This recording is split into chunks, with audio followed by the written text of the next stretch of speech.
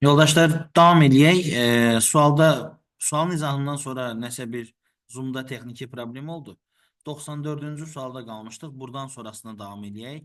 Videonu yenidən çəkmək istəmirəm. Kursumuzun sınağının sual izahlarının davamıdır. 71-dən 71-dən 93-ə kimi hamısını ard-arda izah elədim. İndi isə 94-dən 100-ə qədər sualları göstərirəm. Baxın, yekunlaşdıraq. Deməli, burada birləşdirib hissələri dairə almalıyıq. Artıq olanları düzgün cavab kimi götürməliyik. Bunu qoysaq bura, bu hissəyə. Bunu da bunu da bura qoysaq. 90 dərəcəlik fiqur kimi. Fiqurun 3 isə buranı bağlayır belə. Buranı belə bağlayır. 2-ni qoyuram bura belə. 7 də bura. 6-nı istifadə eləmədim. Bir də 4-ü istifadə eləmədim. Cavab A variantı. 95-ci suala baxırıq. Baxın 10 ilə 6-nı bura, 5-i də bura qoyacağıq. A plus B, yəni 10 plus 6, elədi 16. 16 üstü 0,5, yəni 2-də 1. Bu tərəfdə də B çıx C. B nədir? 6. C nədir? 5. 6 çıx 5. 1. 1-in üstü -3. Yoldaşlar, aldığım cavabları isə dairə operatorunda da yerinə qoymalıyam. Fikir verin, 1-in üstü -3 nə deməkdir? 1 bölünsün, 1-in üstü 3 deməkdir. Bu da elə özü 1 deməkdir. 16 üstü 2-də 1 də kök altda 16 deməkdir, yəni 4 deməkdir. Qısacası 4 ilə 1-i qoymalıyıq burada yerinə. 4 vurulsun. X-in üstü -y. X-i almışam 4. Y-i də almışam 1. Qabağında da mənfi var. -1. Bəs bu nə deməkdir? 4 vurulsun. 1 bölünsün 4 üstü 1 deməkdir.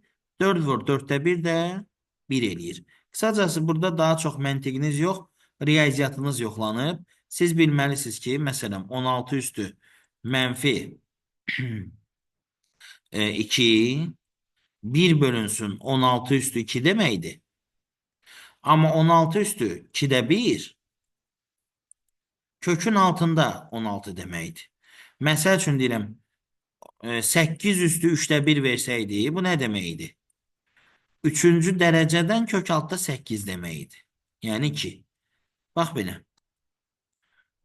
Ümid edirəm ki, aydındır. Davam edirik 96-cı sualla. Bu sualda bilirsiniz ki, nələrə baxılır? Güzgü əkslərinə. Birinci fiqurun güzgü əksini tapırsınız. Variantlardan, daha doğrusu sıradan gəlin tapaq. Baxın, budur. Mən bu suala axıra kimi davam edib vaxt itirmək istəmirəm. Əsas məntiqini başa düşməyinizdir. Baxın, bunun fiqurun yuxarı hissəsi də, orta hissəsi də, aşağı hissəsi də necə ki sola baxır, güzgüsündə isə sağa baxır. Onları silirsiniz. Güzgü olanları silirsiniz, silirsiniz, silirsiniz. Ən axırda qalır artıqlar. Bir sıraya hansı fiqurlar daxil edilməlidir? Məsələn, ən axırda tutaq ki, belə bir fiqur artıq qaldısa, siz sıraya onun güzgüsünü daxil edirsiniz və avtomatik düzgün cavabı seçirsiniz. Yəni, bu sual tipi köhnəlmiş sual tipidir. Təxminən bir 15 il qabaq da bu suallar var idi. Amma son dövrlərdə 2022-23-cü illərdə yenidən aktuallaşıb. 97-ci sual biraz böyük sualdır və bu sualın izah videosunu həmin elə bu videonun altına pin eləyəcəm. Siz də videoya baxıb orada lövhədə rahat şəkildə izahı öyrənə bilərsiniz. İndi ekranda səliqəsiz olmasın deyə bu variantı əl atırıq. Növbəti sual 98-ci sualdır. Sizə 120 suallıq tapşırıq verilib deyir və bunların 48-ini 30'unu və 42'sini hərəsini bir yoldaş həll eləyib. Hərəsi neçə faizini həll eləyib onu tapmalıyıq. Əvvəla baxın, Aygün adında yoldaş 30 sual həll eləyib. Əgər 120 sual 100%dirsə, 30 sual Necə faizdir? Buradan x-i tapırsınız. 4'te 1. Yani 25 faiz. Verin A hərfi üçün 25 faiz verib. B variantı doğru ola bilər. Ee, Sonra burada da 25 faiz verib A üçün doğru ola bilər. Burada verməyib getdi. Burada da 35 verib getdi. Yoldaşlar burada A variantında 120 dərəcə verib. Bilirsiniz ki 360 dərəcə olur ümumi dairəvi diaqram. 120 dərəcə də onun 3'te 1'idir. 3'te 1 də təxminən 33 faizdir. 25 faiz deyil. Ona görə A da getdi. Qaldıq bu və bu variantda. İndi digərini də tapmalıyıq. Fikir verin. A'nın koordinatı hər ikisi üçün eynidir. Fikir verirsiniz n bucaqda var. N burada 35 verib. Burada isə 40 verib. Bir dənə n'i tapmaqla cavabı tapa bilərik. Yazarıq 120'yə 100 faizdirsə 48'ə x faizdir. Beləliklə x bərabərdir 48 vurulsun 100 bölünsün 120. Yoldaşlar burada da sıfırlar ixtisar gedir. 480'da 12'ye böləndə cavab 40 faiz edir. Deməli 48 olan yoldaş üçün 40 faiz olmalıdır. Ümumi nəticə cavab B variantı olmalıdır. Və 99-cu sual. Şəkildə neçə üçbucaq var?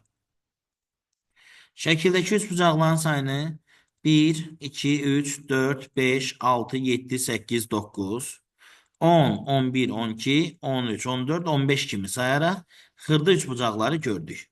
Sonra burada böyük 16-cı, yanında 17-ci, aşağıda 18-ci üçbucağı da gördük. Onlardan savayı burada 19-cu, 20-ci və aşağıda 21-ci dayanmış tərs üçbucaqlar da mövcuddur. Və nəhayət bir dənə də çox böyük üçbucaq mövcuddur ki, bu da 22-ci üçbucaqdır. Cavab D variantı. Və 100-cü sualı da həll eləyək. Burada fikir verin. Nə iniblər? 16'dan 4 gəliblər. 0'ın üstünə 4 gəliblər 4. 4'ün də üstünə 4 gəliblər 8. Sonra 2'ye vurublar, sonra yine 2'ye vurublar. Aşağıda da 2'ye vurublar, 2'ye vurublar. Sonra 4 gəlib, sonra 4 gəliblər. Şimdi burada aşağıda nə iniblər? Var. Üstə gəl 6. Üstə gəl 6. Vur 3. Vur 3. Onda aşağıda nə olmalıdır? Vur 3. Vur 3. Üstə gəl 6. Üstə gəl 6 olmalıdır. Hansı variantı doğru cavabdır? Gəlin baxaq. Vur 3. D variantı. Vur 3. Üstə gəl 6. Üstə gəl 6 ödənir. Bəli, cavab D variantıdır. Belə yoldaşlar. Bu videonun birinci hissəsini izləməyi unutmayın. Orada çox vacib suallar var və bir də vurğulayıram. 74-cü tipli sualın kompüterli imtahandan sonra həlli kifayət qədər çətinləşdiyi üçün yeni bir həll təklif eləyəcəm və onu ayrıca video kimi çəkəcəm. Dinləyərsiniz və həmçinin də burada maraqlı bir şifrələmə var ki, hansı ki ənənəvi tip deyil, çoxunuz görməmisiniz. Onu da dinləyərsiniz, ayrı video kimi yerləşdirəcəm. Diqqətiniz üçün çox sağ olun. İmtahanda hamınıza uğurlar arzulayıram.